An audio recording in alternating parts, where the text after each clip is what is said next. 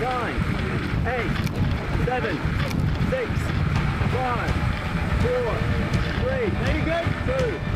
2, 1.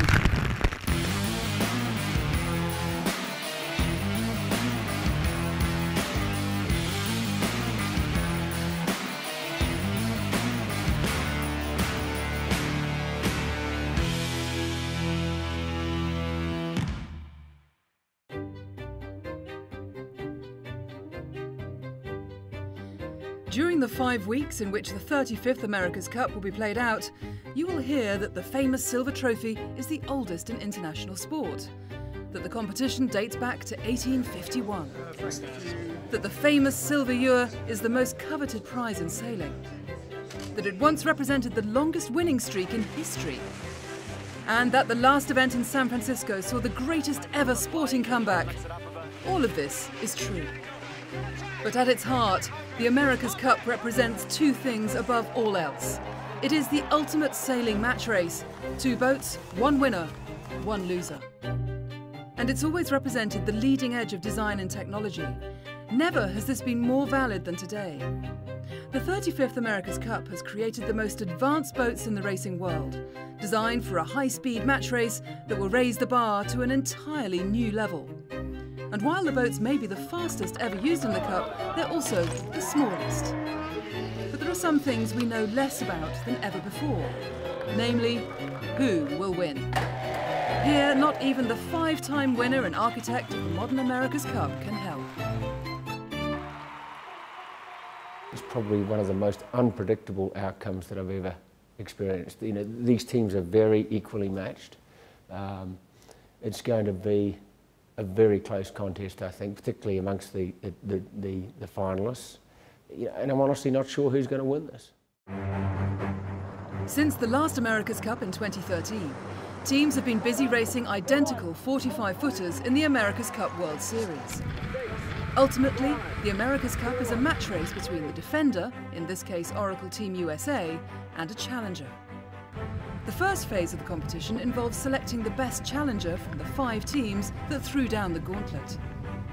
The successful team then goes on to take on Oracle Team USA. Racing will take place on the Great Sound in Bermuda, where teams will go head-to-head in a series of match racing flights.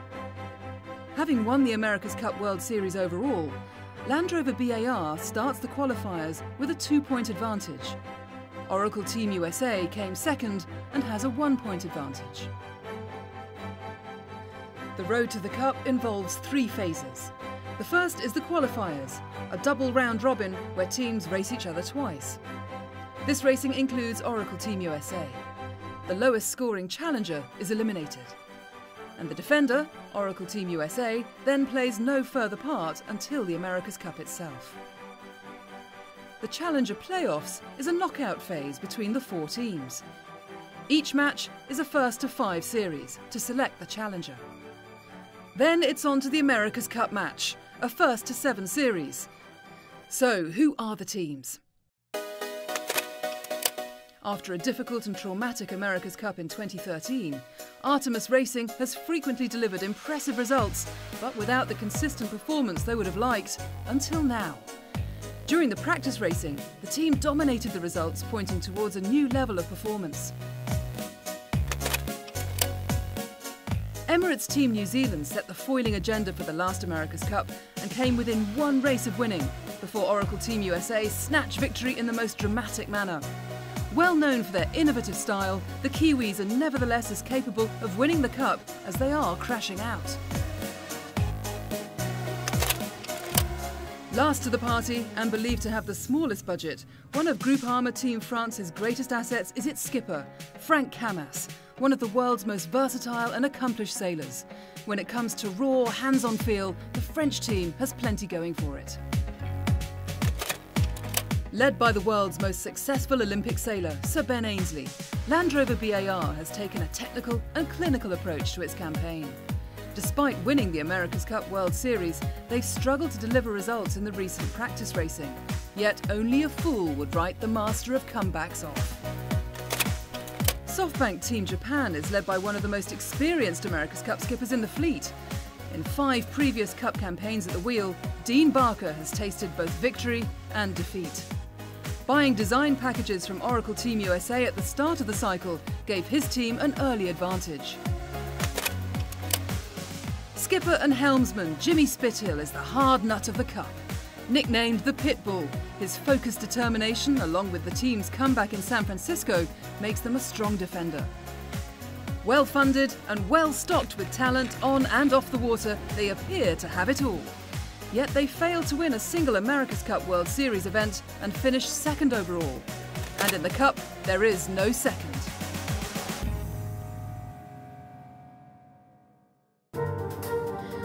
While foiling technology has been the big focus so far, some believe the secret to success is now shifting. That whole technique side of it is probably going to be at least 80% of this America's Cup, irrespective of the technology. I think the last America's Cup was, for the most part, about how people use the technology, how they make the best use of it. The technology between the two finalists was actually remarkably close in many ways. But how they used the technology was why we saw the big shift in performance, and I think we're still seeing that today. The human-machine interface between the crew and their sophisticated systems is what teams have been working on most recently. The boats are really technical, really difficult to sail, and the thing that keeps them foiling so nicely is the control system. And everyone hears of this word control system, but what does it actually really mean? Well, basically the flight control system is, from an end user perspective, from my perspective, is a bunch of buttons that you push, and they send different commands to the foils. So I can push buttons on the wheel that adjust the leeward dagger board, changes the rake of it. I also have buttons that adjust the rudders, and I have buttons that adjust sort of both at the same time. So it is a very complex control system. I think I've got somewhere over 20 buttons on the wheel, mounted in various different spots.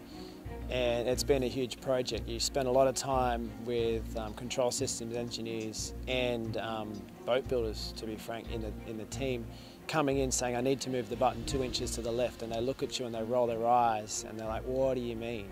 How can 2 inches make a difference? But when you are doing 35 knots and you need to pull off a foiling jibe and hit it spot on, if you have to move your hand from one button to reach another button, it just doesn't work. And then you've got a number of foot buttons below the wheel as well, which control dropping and lifting the boards and bleeding the cant and all this stuff. So yeah, it's a full-time job at the back. And then sometime after this whole trying to just fly the boat and make it go quick, you got to think about where the other boat is.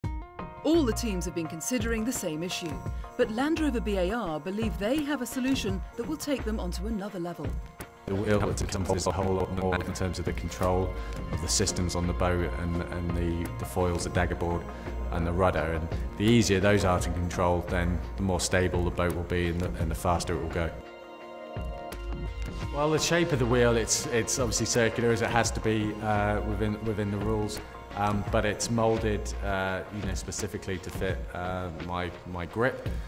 Also, a lot of the control paddles and system on the wheel that we've developed over the last couple of years as we've been sailing these boats to try and get a much more sort of intuitive control for the foils on the boat to keep the flight of the boat as it should be at many different states and through many different manoeuvres. Where it differs from other teams, or certainly wheels on other boats, is that we have the interaction with the paddles tacked inside the rim. This means actually that it's close to the controls, it's close to the fingertips. When you operate the wheel, it feels like you're changing a gear in a car.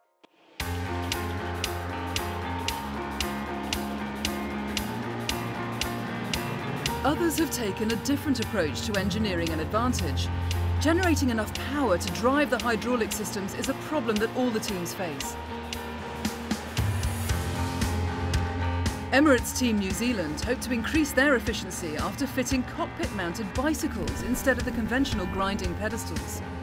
Having developed the system in secret at their home base on Auckland, they were the last team to arrive in Bermuda. And when they did, they attracted plenty of attention. Well, there was a few boats out, but you're going to get that, and that's a good thing. We watch them, they watch us, but now there's just a lot more people watching you, and also locals out in their boats too. But aside from the technology arms race, there's another big change for all. the switch from fleet racing to match racing. Focus completely shifts to match racing, which, you know, for most people probably doesn't mean a whole lot, but it's a completely different game now. You can't just go around the course sailing conservatively trying to get seconds and thirds and hoping to win the event. You're either going to win a race or you're going to lose a race. Probably the biggest thing is the whole start procedure, you know, the dogfight, as you will, in the pre-start, where you're trying to either win the windward or the leeward end of the line, or hook the other boat, or just get an even start. And that's our biggest area that we need to improve, is the starting. Usually once we get round Mark 1 and the race begins, we're feeling pretty confident. You'll see higher risk sailing involved. When you're behind, you have to throw in that difficult manoeuvre to get back into it. So it is a very different type of racing. But for all the high technology, big budgets and technical sophistication, trip up and the game could be over. A breakdown, capsize or man overboard could easily define this cup. Keeping the boat up the right way and the crew on board has raised the stakes even higher for the 35th America's Cup.